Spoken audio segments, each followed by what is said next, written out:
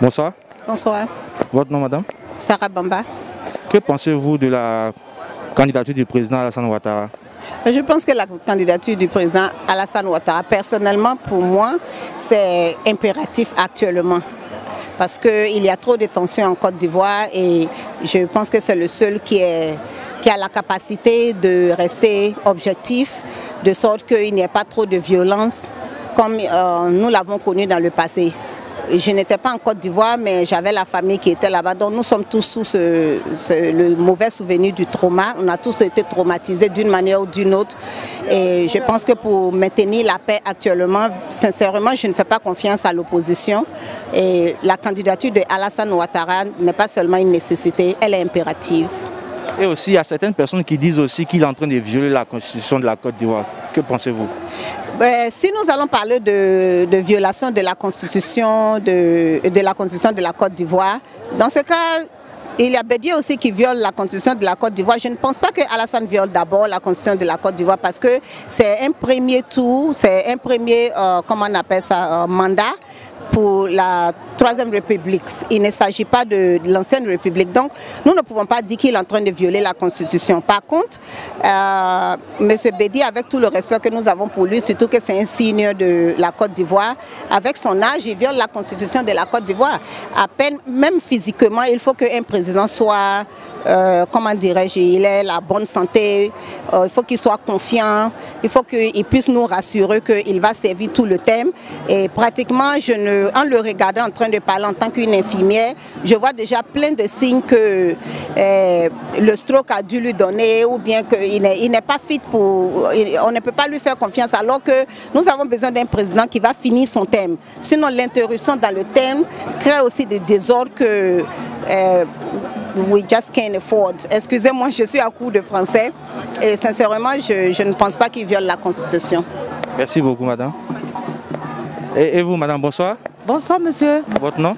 Sarah Kamara Fadiga. Que pensez-vous de la candidature du président Alassane Ouattara? Je trouve que la candidature du président Alassane Ouattara, du président de son excellence Alassane Ouattara, a été la bienvenue. Parce qu'il avait déjà choisi son dauphin, qui était son excellence, monsieur le Premier ministre, Amadou Gon Coulibaly, qui est décédé. Et nous nous sommes trouvés dans un cas, vraiment il fallait que ce soit Alassane Ouattara qui soit là. Parce qu'à 2 mois des élections, ce n'était pas facile qu'on trouve un nouveau candidat pour notre parti RHDP. Et moi, j'ai trouvé vraiment la candidature d'Alassane la bienvenue. Mais il y a certaines personnes qui disent aussi qu'il est en train de violer la constitution de la Côte d'Ivoire actuellement. Que vous les dites? Non, le président Alassane Ouattara ne viole pas la constitution parce que c'est quelque chose qu'ils ont en 2016, et ça a été le consensus de tous les partis. Et le compteur est à 0 pour moi parce que quand M. Bédié ne serait pas candidat s'ils n'avaient pas accepté la nouvelle constitution. L'ancienne constitution ne permet pas à M. Bédié de se présenter. Si M. Bédié se présente actuellement, c'est par rapport à la nouvelle constitution. Et cette nouvelle constitution sera le premier mandat de la Troisième République de notre Prado. Donc vous avez... Il n'a pas violé la constitution, non. Donc un message de paix pour la Côte d'Ivoire? Oui, moi, un message, je voudrais que tout le monde se donne la main dans la main et qu'il y ait là le dialogue. Parce que le dialogue est l'âme des hommes forts, pardon. Ils doivent aller à la paix et pour la paix, il faut qu'ils dialoguent.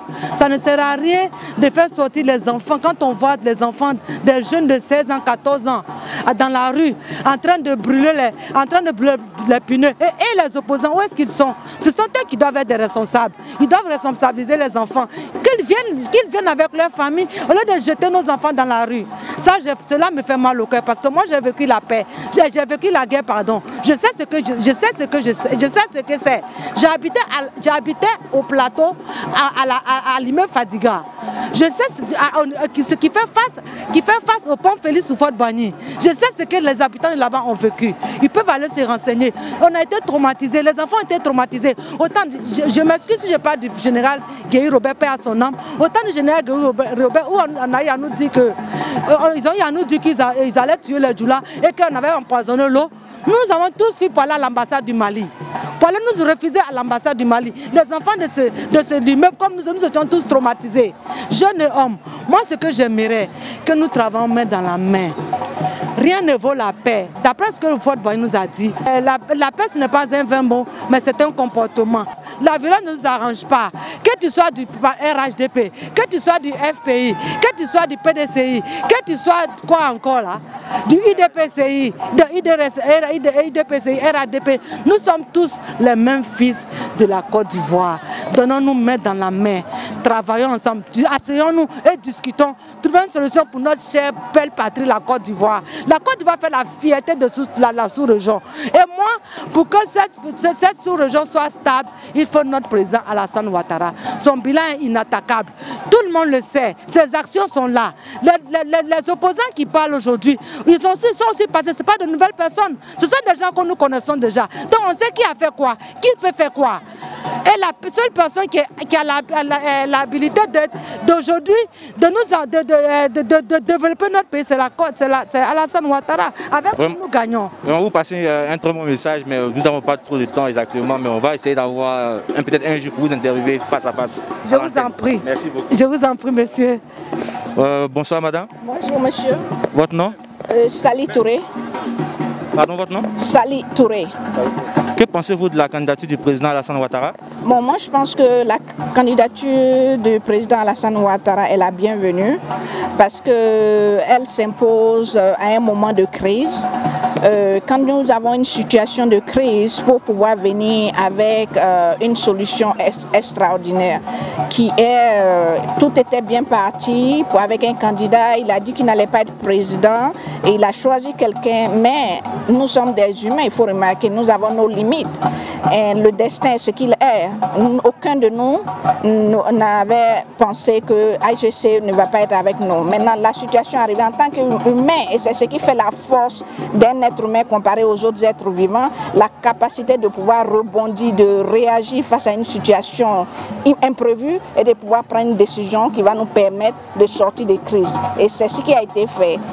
Tout le monde a suivi, il a été hésitant, il lui a pris du temps pour répondre. Les gens sont venus vers lui. Il faut analyser la situation, il faut juger, il faut juger les pour et les contre. Il faut savoir l'intérêt du peuple. Qu'est-ce qu'on veut faire, tout le travail qu'on a fait, qu'est-ce qu'on veut, qu'est-ce qu'on attend. Et je crois que c'est le don de soi, un sacrifice de soi qu'il a fait en acceptant d'être candidat dans des situations quand même assez imprévues. Il faut le saluer, c'est pas donné à tout le monde. Il aurait dû claquer la porte, donner le dos et dire je vous laisse les Ivoiriens, débrouillez-vous. J'ai eu trop de problèmes, j'ai fini et je m'en vais. Qu'est-ce qu'on aurait fait? Vous pouvez envoyer un message de paix à tous les Ivoiriens? Oui. Je pense que moi, en ce qui me concerne, nous sommes frères et sœurs. Au-delà des appartenances politiques, au-delà des appartenances religieuses, nous restons tous Ivoiriens. La Côte d'Ivoire sans le Nord n'est pas la Côte d'Ivoire. La Côte d'Ivoire sans l'Est ou l'Ouest ou le Sud n'est pas le Centre n'est pas la Côte d'Ivoire. C'est ensemble qu'il y a une délimitation de surface qui fait la Côte d'Ivoire.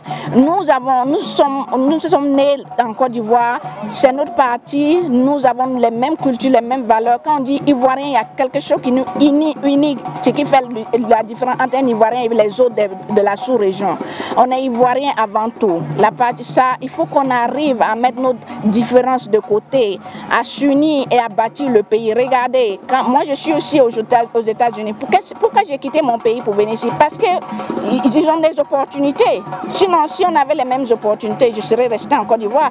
Et qu'est-ce qui s'est passé? Ça n'a pas été un don de Dieu aux Américains. Ils se sont battus pour créer cet espace-là, ce lieu de bonheur pour ce qui nous attire. On peut faire la même chose avec la Côte d'Ivoire, mais il faut qu'on vienne ensemble. On se donne la main, on travaille. L'intérêt du pays. On peut travailler avoir des idées opposées, mais travailler ensemble. Tu vois? Je vous remercie infiniment, merci. Merci à vous.